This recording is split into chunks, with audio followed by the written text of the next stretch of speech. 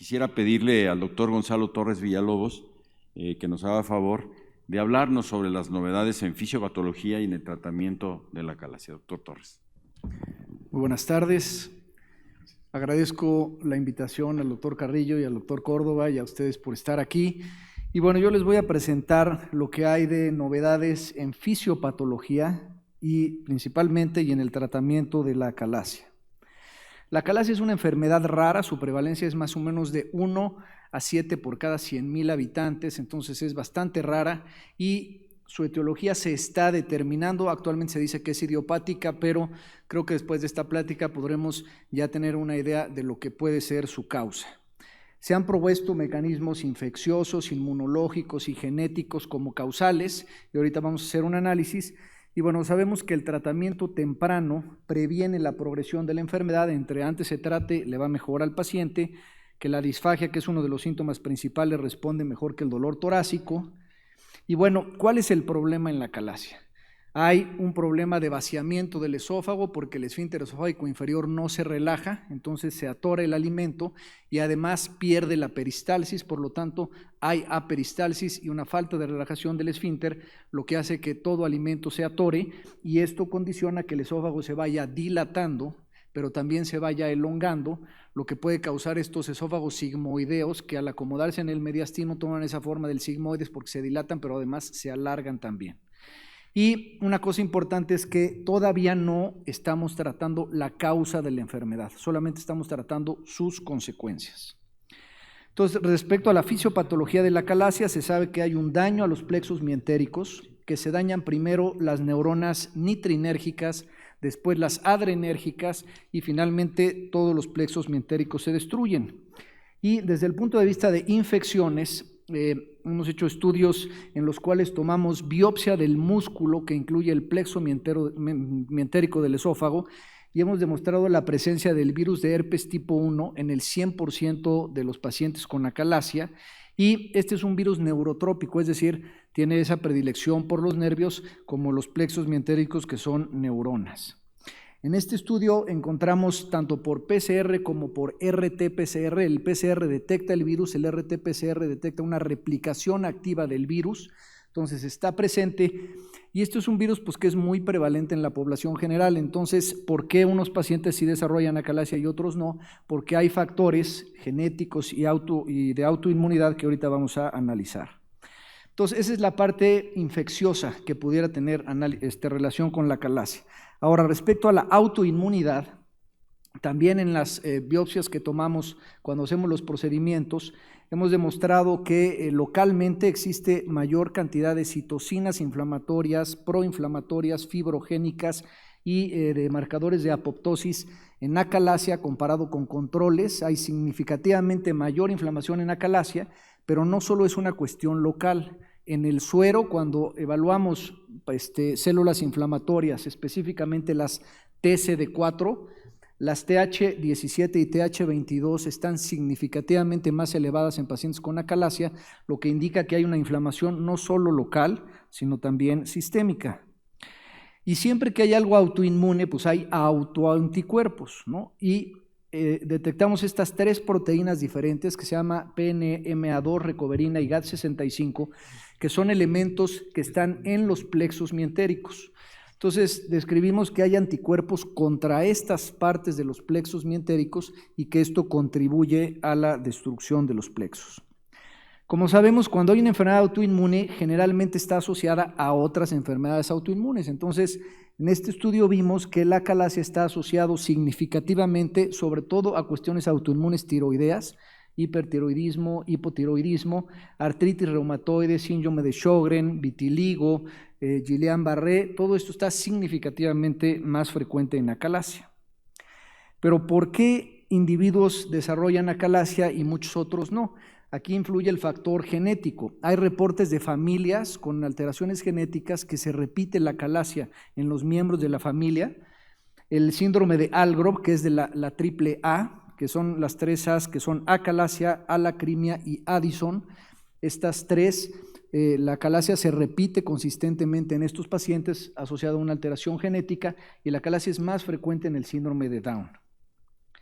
Entonces, esta fue la primera descripción de la asociación de un HLA como riesgo de padecer acalasia. Fue un estudio publicado en Nature en el 2014 y se identificó a este HLA-DQ como un factor de riesgo. Este es un estudio hecho en población mexicana, donde describimos este haplotipo particular de la población mexicana también como susceptible de desarrollo de acalasia. Pero siempre se ha pensado que la acalasia es una enfermedad que se limita al esófago. Sin embargo, notábamos particularidades en los pacientes con acalasia, sobre todo, por ejemplo, el anestesiólogo nos decía que dotaba muchos datos de disautonomía y otro tipo de cuestiones. Entonces decidimos hacer un estudio con el doctor Estañol, que es un experto en disautonomía en el país, y ellos tienen mecanismos muy finos de medición de disautonomía, como los intervalos de entre latido y latido y presión latido, y entonces vimos que significativamente había más disautonomía en los pacientes con acalasia que los controles. Entonces, no solo es una enfermedad que está limitada al esófago, sino que parece que también afecta a algunas otras cosas. Cuando fue la epidemia del COVID, empezamos a ver como un incremento en la presencia de casos y sobre todo pacientes que después del COVID, inmediatamente después, meses después, desarrollaban acalasia. Entonces nos llamó la atención y decidimos buscar también en los plexos mientéricos la presencia tanto del virus, de SARS-CoV-2, como de su marcador, de su receptor, que es el AC2. Y en todos los pacientes que desarrollaron acalasia post-COVID estaba presente tanto el virus por in situ PCR como inmunohistoquímica, así como el receptor de AC2 detectado por inmunohistoquímica. Entonces, no es que el COVID sea un causante como el virus del herpes, sino que parece ser como un trigger que desencadena, ¿no? ¿Cuáles podrían ser las explicaciones de estos? Bueno, sabemos que el COVID produce problemas de motilidad a otros niveles del tubo digestivo, entonces esto puede ir en la misma relación con la acalasia.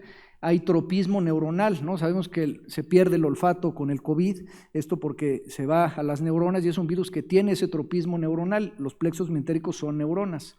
Hay autoanticuerpos reportados de muchos tipos en COVID y este anticuerpo en particular de GAD65 que está reportado en COVID, si recuerdan, mencionamos GAD65 anteriormente, entonces también se encuentra en acalasia y pudiera haber una reacción cruzada. Hay inmunosupresión que podría causar activación del virus de herpes en el COVID, hay autoinmunidad y bueno, produce una inflamación sistémica muy importante, ¿no? Entonces todo esto mezclado pudiera tener que ver por qué se desarrolla acalasia después del COVID. Entonces, desde el punto de vista de resumen de novedades en fisiopatología de la acalasia, creo que ya podemos decir que no es una enfermedad idiopática, sino que es una enfermedad autoinmune, que pudiera ser desencadenada por un virus, parece ser que es el virus de herpes tipo 1 y que sucede en gente genéticamente susceptible. Respecto al tratamiento de la acalasia, pues sabemos que el mejor tratamiento tiene que hacer que el esófago vacíe bien, o sea que ya no se atore, que se prevenga la dilatación y la elongación, y esto se hace teniendo una miotomía adecuada, que ya no se atore el alimento, pero que no produzca otro problema después de abrir. Si abrimos el esófago y el paciente tiene reflujo después, pues le cambiamos un problema por otro, entonces es lo recomendable que no tenga reflujo después y entre menos invasivo sea, mejor. Y como es una enfermedad muy rara, sí es muy importante que quien haga el tratamiento, ya sea endoscópico o quirúrgico, pues tenga experiencia en pacientes con acalasia. O sea, tiene que tener la referencia de ver esos pacientes porque puede ser que un cirujano en su vida normal pues vea 3, 4, 5 pacientes, ¿no? Entonces tiene que ser referido a un centro con experiencia. Actualmente la acalasia se divide en 3 tipos en base a la manometría de alta resolución, la tipo 1, que es la clásica, la 2 con panpresurización, la 3, que es la espástica.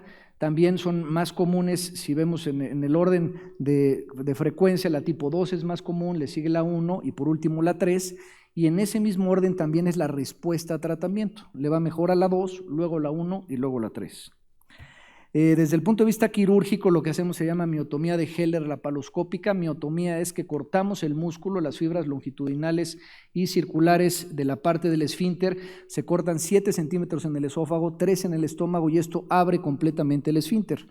Pero como la función del esfínter también es evitar que haya reflujo, pues hacemos una funduplicatura parcial para no cambiar un problema por otro.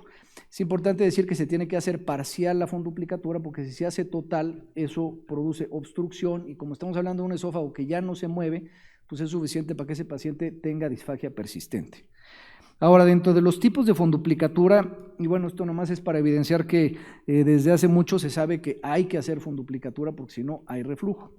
Entonces, las dos funduplicaturas que se utilizan parciales es el DOR y el TUPET.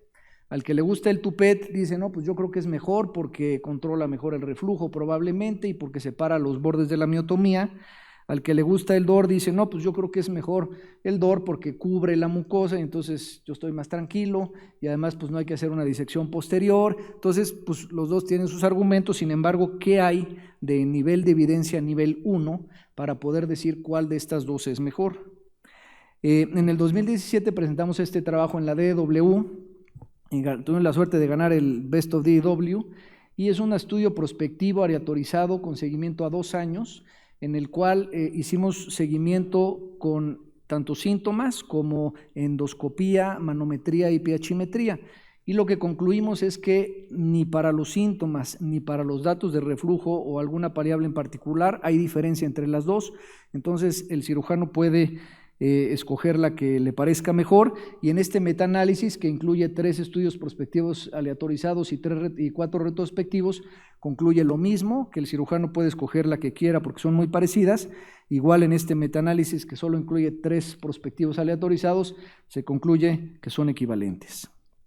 Ahora, la miotomía de Heller pues, es una cirugía que requiere tener el cuidado de no perforar la mucosa, tiene varios detalles importantes, sin embargo una reoperación pues es todavía algo más complejo porque es un tejido cicatrizado, que está adherido, entonces es una cirugía más complicada que tiene más riesgos que la primera, pero se puede llegar a hacer en algunos casos que falle la primera. Los dos tratamientos más efectivos es la miotomía de Heller y el POEM. El POEM son las iniciales en inglés del Per-Oral Endoscopic Myotomy, o sea, es una miotomía por vía endoscópica en la cual se hace un pequeño orificio de la mucosa, se hace un plano submucoso, se llega a la zona de la unión y se hace una miotomía y luego se saca el endoscopio, se cierra la mucosa, pero no se hace ningún procedimiento antirreflujo. Entonces, los estudios que hay comparando estos dos muestran que desde el punto de vista de la disfagia son similar la efectividad, sin embargo el POEM tiene el problema de que tiene bastante más reflujo después del procedimiento y esto se ha evidenciado ya también en varios metaanálisis donde concluyen lo mismo, el resultado de la disfagia es similar, pero el POEM tiene mucho más reflujo. Entonces, en conclusión, la fisiopatología de la acalasia creo que ya se está determinando, que podemos decir, como mencioné, que es una enfermedad autoinmune causada por un virus en individuos genéticamente susceptibles. La miotomía de Heller laparoscópica es muy efectiva y controla el reflujo después del procedimiento, a diferencia del POEM, que no hay diferencia entre el DOL y TUPET, y bueno, aunque el POEM es efectiva, pues su talón de Aquiles es el reflujo. Muchas gracias.